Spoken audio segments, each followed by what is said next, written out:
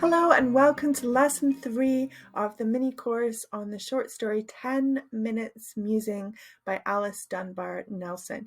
This is part of a 4-lesson series, so if you haven't seen lesson 1 where we go through the brief introduction to the author, lesson 2 where we look at the pre-reading vocabulary, I would suggest that you go back and look at those.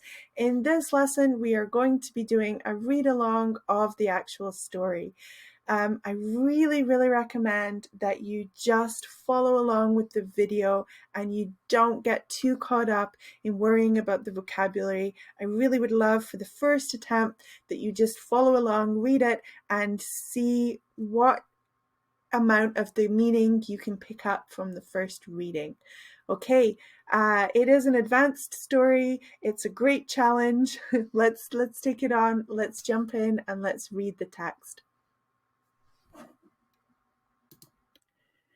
10 Minutes Musing by Alice Ruth Moore, also known as Alice Dunbar Nelson. Here you can see that this is an advanced level text. Published 1895 as part of the collection of stories called Violets and Other Tales. This text is in the public domain. Read by Sarah Coelho from Free Your English. We are using a dyslexia-friendly font and background.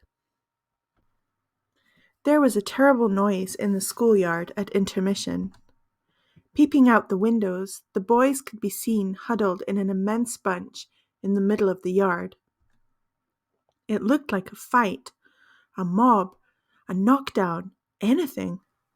So we rushed out to the door hastily, fearfully, ready to scold, punish, console, frown, bind up broken heads, or drag wounded forms from the melee as the case might be. Nearly every boy in the school was in that seething, swarming mass, and those who weren't were standing around on the edges, screaming and throwing up their hats in hilarious excitement. It was a mob, a fearful mob, but a mob apparently with a vigorous and well-defined purpose. It was a mob that screamed and howled and kicked and yelled and shouted and perspired and squirmed and wriggled and pushed and threatened and poured itself all seemingly upon some central object. It was a mob that had an aim, that was determined to accomplish that aim, even though the whole azurous expanse of sky fell upon them. It was a mob with set muscles, straining like whipcords, eyes on that central object, and with heads inward and sturdy legs outward, like prairie horses reversed in a battle. The cheerers and hat throwers on the outside were mirthful, but the mob was not. It howled, but howled without any cachinnation. It struggled for mastery. Some fell and were trampled over. Some weaker ones were even tossed in the air, but the mob never deigned to trouble itself about such trivialities. It was an interesting, nervous whole, with diverse parts of separate vitality. In alarm, I looked about for the principal. He was standing at a safe distance, with his hands in his pockets, watching the seething mass with a broad smile. At sight of my perplexed expression, someone was about to venture an explanation when there was a wild yell, a sudden vehement disintegration of the mass, a mighty rush and clutch at a dark object bobbing in the air, and the mist cleared from my intellect as I realized it all. Football. Did you ever stop to see the analogy between a game of football and the interesting little game called life, which we play every day? There is one, far-fetched as it may seem, though for that matter, life's game, being one of desperate chances and strategic moves, is analogous to anything. But if we could get out of ourselves and soar above the world, far enough to view the mass beneath in its daily struggles, and near enough the hearts of the people to feel the throbs beneath their boldly carried exteriors, the whole would seem naught but such a maddening rush and senseless-looking crushing. We are but children of a larger growth, after all, and our ceaseless pursuing after the baubles of this earth are but the struggles for precedence in the business playground. The football is money. See how the mass rushes after it? Everyone so intent upon his pursuit until all else dwindles into a ridiculous nonentity. The weaker ones go down in the mad pursuit and are unmercifully trampled upon. But no matter. What is the difference if the foremost win the coveted prize and carry it off? See the big boy in front, he with iron grip and determined, compressed lips? That boy is a type of the big, merciless man, the Gradgrind of the later century.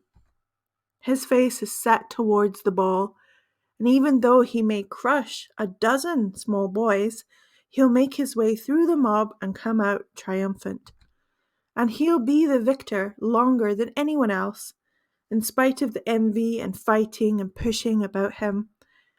To an observer, alike unintelligent about the rules of a football game and the conditions which govern the barter and exchange and fluctuations of the world's money market, there is as much difference between the sight of a mass of boys on a playground losing their equilibrium over a spheroid of rubber and a mass of men losing their coolness and temper and mental and nervous balance on change, as there is between a pine sapling and a mighty forest king.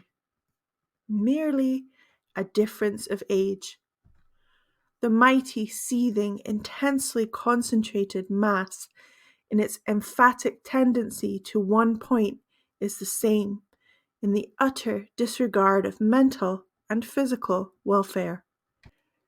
The momentary triumphs of transitory possessions impress a casual looker-on with the same fearful idea that the human race, after all, is savage to the core and cultivates its savagery in an inflated happiness at own nearness to perfection.